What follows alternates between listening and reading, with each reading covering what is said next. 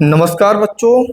आज के इस वीडियो में हम समझेंगे कि बिना पढ़े अगर आपको पास होना है तो क्या क्या चीज़ें आपको अपनानी चाहिए, क्या ऐसी टेक्निक हैं जिनको हम अपना के बिना पढ़े पास हो सकते हैं। तो इस वीडियो में कवर किया जाएगा कि बिना पढ़े पास कैसे हो। दूसरी चीज, बिना पढ़े अगर आपको पास होना है तो मेन काम क्या रहेगा, हमारा फोकस रहेगा एग्जामिनर को बेवकूफ़ बनाने का, कि एग्जामिनर को हम ऐसे बेवकूफ़ बना दें कि उसे पता ही ना चले कि हम उसे बेवकूफ़ बना रहे हैं। तो ये सारी चीज़ों की ट्रिक्स जो होती हैं, तो बहुत सारी ऐसी ट्रिक्स हैं जिनको फॉलो करके आप एग्जामिनर को अच्छे से बेवकूफ़ बना सकते हैं। तो इसमें इस पूरी वीडियो के अंदर आपको मैं बताने वाला हूँ वो सारी ट्रिक्स जिससे एग्जामिनर को आप अच्छे से बेवकूफ़ बना लोगे। कोई टेंशन वाली बात नहीं है। अगर नहीं पढ़ाई की है कोई बात नहीं। वैसे तो ये देखो, टाइम है, अगर कुछ थोड़ा बहुत पढ़ सकते हो तो पढ़ लो, अगर नहीं पढ़ पा रहे हो तो कोई बात नहीं। ये ट्रिक्स हैं, इनको फॉलो करो और इन ट्रिक्स को अगर आप फॉलो कर लोगे तो कोई भी आपको फेल कर ही नहीं सकता। ऐसी ट्रिक्स है मेरे पास। वीडियो में बने रहो एंड तक मेरे साथ। मैं आपको बताऊंगा ऐसी ऐसी ट्रिक्स जिनको देखकर आप अपने आप कहने लगोगे हाँ, अगर इन्हें हम फॉलो कर लेंगे तो वास्तव में आपको कोई भी फेल कर ही नहीं सकता। कोई भी एग्जाम बना रहे चाहे, पर वो एग्जाम बोर्ड का होना चाहिए। ये केवल और केवल बोर्ड एग्जाम वाले बच्चों के लिए है। किसी भी बोर्ड में पढ़ रहे हो आप, सीबीएसई में हो आप, यूपी बोर्ड में हो, किसी में भी हो, ठीक है। तो इसमें भी आपको देखो एक तो ट्रिक मिल जाएंगी और क्या मिलेगा, कुछ नहीं पढ़ा फिर भी प्रश्न को हल कैसे करें उसकी भी मैं आपको ट्रिक बताऊंगा इसमें, कि कुछ नहीं पढ़ा आपने, बिल्कुल सब्जेक्ट के बारे में कोई जानकारी नहीं है, फिर भी अगर हमें आप क्वेश्चन को अटेम्प्ट करना है एग्जाम हॉल में जाके तो उसे कैसे अटेम्प्ट करेंगे। और वीडियो के लास्ट में मैं आपको एक ऐसी ट्रिक दूंगा जिसको देखने के बाद आप एकदम दंग रह जाओगे कि हाँ ऐसा भी होता है क्या। तो समझें, वीडियो को शुरू करते हैं, बढ़ते आगे इसमें स्टेप बाय स्टेप चलेंगे और आपको चीजें समझ से चलेंगी। तो आज का कोटेशन लाइन है हमारा कि बड़े मौके सिर्फ किस्मत वालों को ही नहीं, हर किसी को मिलते हैं, बस कोई उन्हें पहचान नहीं पाता। तो आपको भी एक बड़ा मौका मिला है, भले ही आपने पढ़ाई नहीं की है लेकिन आप बोर्ड एग्जाम में पास होना चाहते हैं, अच्छे नंबर लाना चाहते हैं, तो आप इस वीडियो को एंड तक देखें, सब समझ में आ जाएगा आपको, ठीक है। और हाँ, अगर कोई बच्चा ऐसा है जो पढ़ भी रहा है वो भी इन ट्रिक्स को फॉलो कर सकता है। अगर उसको कोई क्वेश्चन नहीं आएगा, उसको अटेम्प्ट करना है तो कैसे करेंगे देख लो इसमें, ठीक है। देखो, सबसे पहली जो बात आती है इसमें कि कैसे होती हैं कॉपियां चेक। कॉपी चेक पे ही हमें मेन फोकस करना है, क्योंकि अब हम बेवकूफ एग्जामिनर को बनाने वाले हैं, तो एग्जामिनर ही तो हमारी कॉपी चेक करेगा। तो जितनी कॉपी वो चेक करते हैं उतने ज्यादा उनको पैसे मिलते हैं, ठीक है। मान लो एक एग्जामिनर है, उसने 10 कॉपियां चेक की हैं तो 10 के हिसाब से पैसे मिलेंगे, 20 की हैं तो 20 के हिसाब से पैसे मिलेंगे। तो आज की डेट में आप भी जानते हैं कि भाई पैसा सबसे इंपॉर्टेंट है, तो हर आदमी चाहता है कि ज्यादा से ज्यादा कॉपियां चेक हो। तो एग्जामिनर क्या करते हैं कि उतनी गहराई से चीजों को नहीं पढ़ते। तो जब वो उतनी गहराई से नहीं पढ़ेंगे तो वो क्या करेंगे, वो जल्दबाजी में कॉपियां चेक करेंगे, और जो वो जल्दबाजी में, जिस जल्दबाजी में वो कॉपियां चेक करेंगे, बस उसी जल्दबाजी का हमें फायदा उठाना है। कैसे उठाएंगे, ठीक है। पास करने का इसमें पूरा का पूरा टारगेट रहता है। जैसे जो बोर्ड है हमारा, यूपी गवर्नमेंट है या आपकी जो सेंट्रल गवर्नमेंट है, उसमें जब कॉपियां चेक होती है, देखो मैंने कॉपियां भी चेक की हैं, मैं आपको बता दूं, कॉपियां जो चेक होती है जहाँ पे, वहां पे मैं गया हूँ। तो वहां पे जो हेड होता है उस हेड का साफ साफ कहना होता है कि अगर किसी बच्चे ने कोई भी क्वेश्चन अटेम्प्ट किया है, उसमें कुछ भी सही है, कुछ भी आपको ठीक लग रहा है, तो उसमें आप नंबर दीजिए, ठीक है।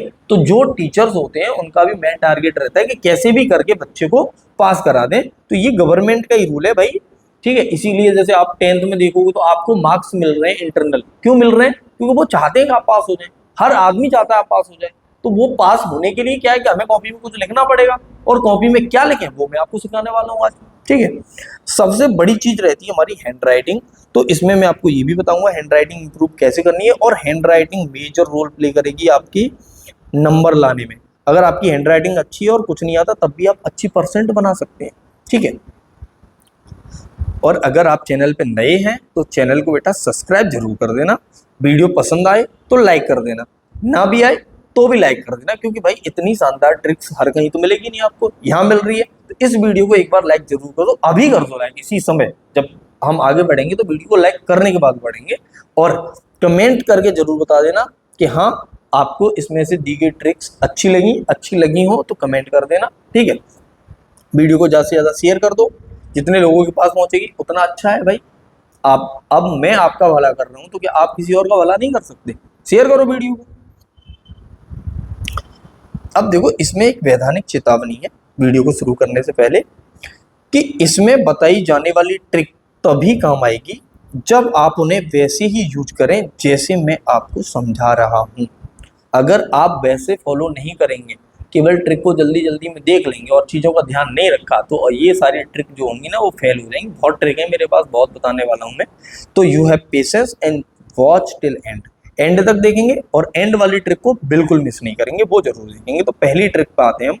तो पहली ट्रिक है हमारी एमसीक्यू बेस्ड क्वेश्चंस के लिए।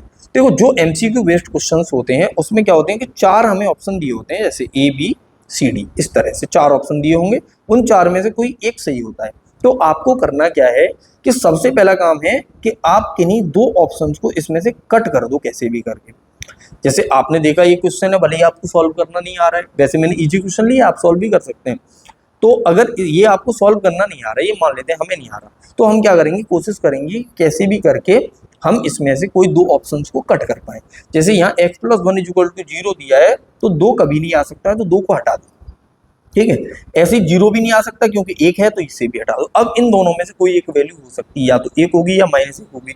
और आप इसका भी ध्यान रखेंगे, जब भी आपको सिमिलर ऑप्शन दिखाई दें तो समझ लो इन्हीं में से कोई एक आंसर है।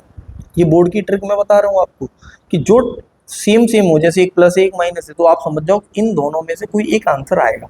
अब इस आंसर को लिखने के लिए हम करेंगे क्या, कैसे बेवकूफ बनाएंगे एग्जामिनर को। इसमें देखो, इसमें हम कैसे करेंगे कि आंसर जो हम लिखेंगे वो ऐसे लिख देंगे कि ऑप्शन लिख दिया हमने ए और आंसर लिख दिया -1। अब जब एग्जामिनर चेक करेगा तो अगर ए ऑप्शन सही है तो वो ए क्या सोचेगा कि भाई -1 गलती से लिख गया है, ए ऑप्शन लगाया है इसने बच्चे ने, इसका मतलब सही किया है। और अगर बी ऑप्शन सही हुआ तो वो क्या सोचेगा, -1 सही लिखा है लेकिन जो बी है उसकी जगह पे ए लिख दिया है। तो ये एक बहुत शानदार ट्रिक है, जब भी आप 2 ऑप्शन में कंफ्यूज हो ना तो आप ऐसे ही लिखो। और बोर्ड ये कहता है, बोर्ड के जो एग्जामिनर्स होते हैं जो चेक करते हैं, उनको ये सीधी सीधी गाइडलाइन दी जाती है कि अगर बच्चे ने कुछ भी सही किया है ना उसको आंसर करो। तो जब इस कॉपी को लेके आप जो हेड होगा वहां का उसके पास भी जाएंगे ना, तब भी उस हेड की भी यही निर्देश रहेंगे कि भाई जाओ इस बच्चे को नंबर दो। ठीक है, दूसरा जो है वो है मैथ के जो प्रूफ आते हैं हमारे। मैथ में देखो, मैथ में आते हैं, साइंस में भी आते हैं प्रूफ करने वाले सवाल। तो देखो प्रूफ करने वाले सवालों में एक चीज क्या होती है कि हमें पहले से पता होता है कि आंसर क्या है। जैसे एक मैंने क्वेश्चन लिया है, सिद्ध करो कि sin² θ + cos² θ = 1, यानी कि हमें पहले से पता है कि इन दोनों को जोड़ के हमें 1 लाना है। तो जब 1 लाना है तो प्रूफ करने वाले क्वेश्चनों में आपको क्या करना है कि कुछ स्टेप तो आप शुरू से लिख दो और फिर देखो कि हमें 1 लाना है। तो टारगेट हमारा क्या है कि लास्ट में जब आएंगे तो कैसे भी करके हम 1 ले आएंगे और 1 ला के लास्ट वाली चीज को बढ़िया एकदम अच्छे से कवर कर देंगे एक ब्रैकेट में और उसको लिख देंगे और वहां लिख देंगे कि हेंस प्रूव्ड, बाकायदा बोल्ड अक्षरों के साथ। तो पूरा का पूरा ध्यान कॉपी पे, अगर इसमें भी आप देख रहे होगे तो ध्यान आपका डिब्बे पे जाएगा। तो जो डब्बे पे जाएगा तो डब्बा बना के अंदर रखेंगे। देखो करेंगे कैसे, आपको क्या करना है, जब मैथ का क्वेश्चन है तो करेंगे तो मैथ की चीज कैसे करेंगे समझो। जैसे सिद्ध करो कि sin² θ + cos² θ = 1 है, तो कुछ भी लिख दो। यहाँ पे हम क्या लिख सकते हैं इसको, देखो मान लो हमने लिख दिया कि sin² θ - sin² θ + cos² θ +1 -1 = लेके आना है हमें। तो ये हमारा LHS है। ठीक है, LHS को सॉल्व कर रहे हैं, तो यहाँ लिख दिया हमने -1।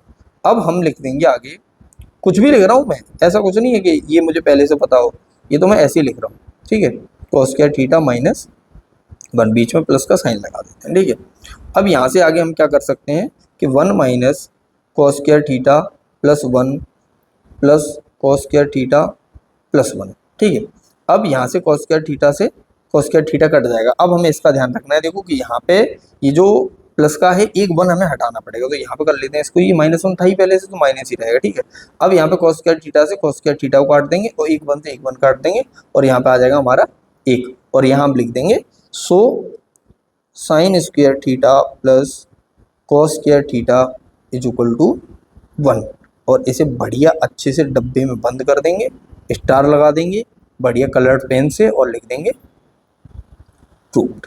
ठीक है, अब कोई भी टीचर आएगा, आप खुद देख रहे होंगे तो आपको भाई दिख तो रही है कि ट्रिग्नोमेट्री है, कोई नई चीज नहीं है, अलग से कुछ नहीं किया गया है इसमें, सही क्या सही आपको दिख रहा हो। जब एग्जामिनर आएगा और वो जल्दबाजी में कॉपी चेक करना होगा क्योंकि उसे तो भाई पैसा चाहिए, तो वो क्या करेगा, साइन करेगा इस पे और बढ़िया आपको 1 नंबर का होगा तो 1 मिल जाएंगे, 2 नंबर का होगा तो 2 मिल जाएंगे, कुछ नहीं, लास्ट में देखना है सब कि आंसर सही है तो भाई सही है, ठीक है। तो प्रूव्ड वाले क्वेश्चन को हम हमेशा ऐसे करेंगे। ये इजी क्वेश्चन था, अगर टफ भी हो तो आप क्या करो, कुछ स्टेप इधर से चलो, कुछ स्टेप इधर से चलो, बीच में लाके ऐसे मिक्स कर दो कि सब कंफ्यूज हो जाए कि आया कहाँ से क्या है, ठीक है।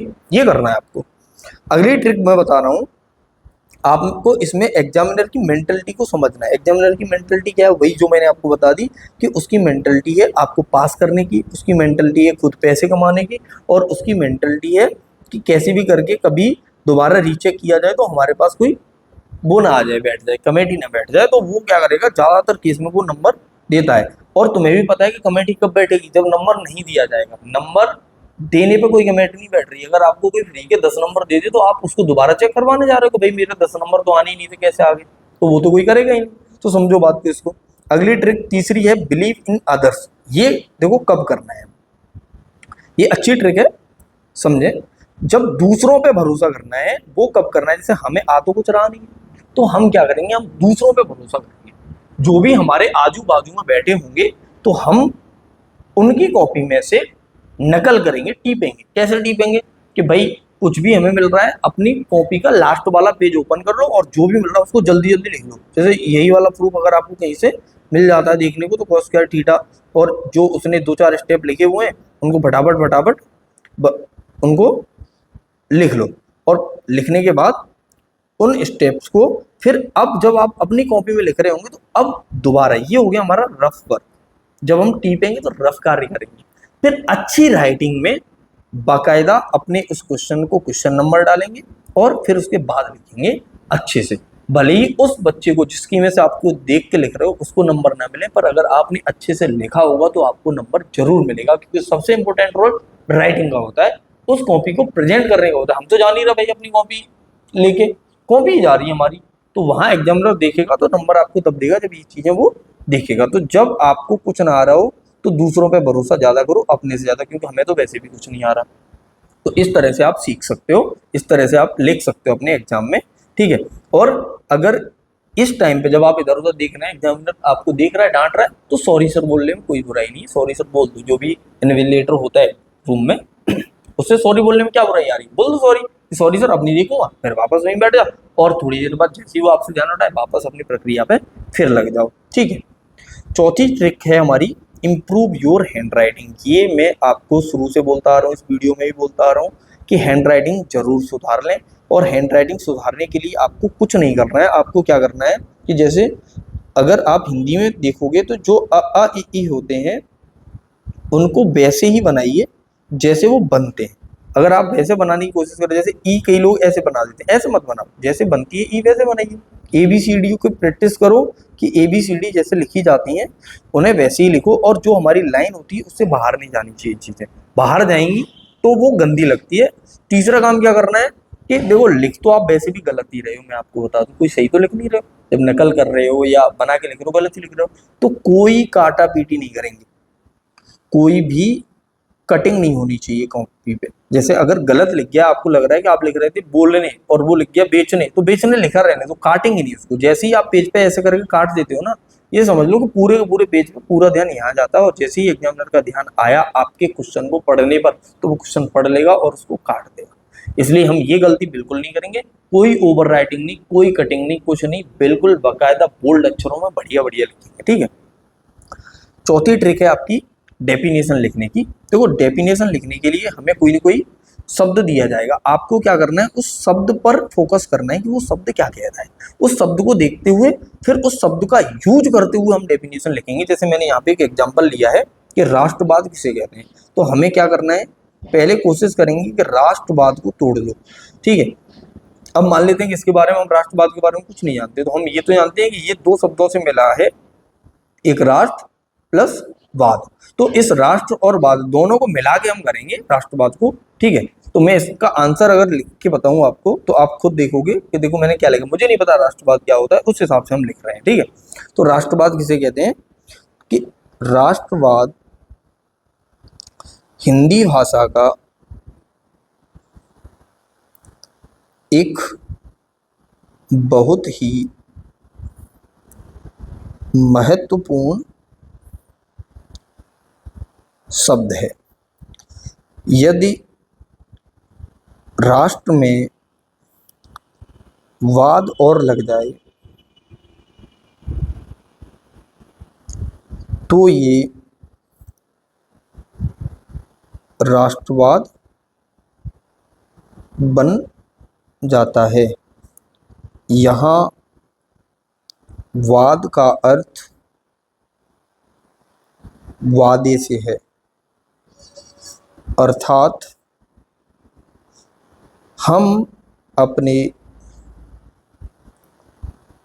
राष्ट्र से जो वादा करते हैं उसे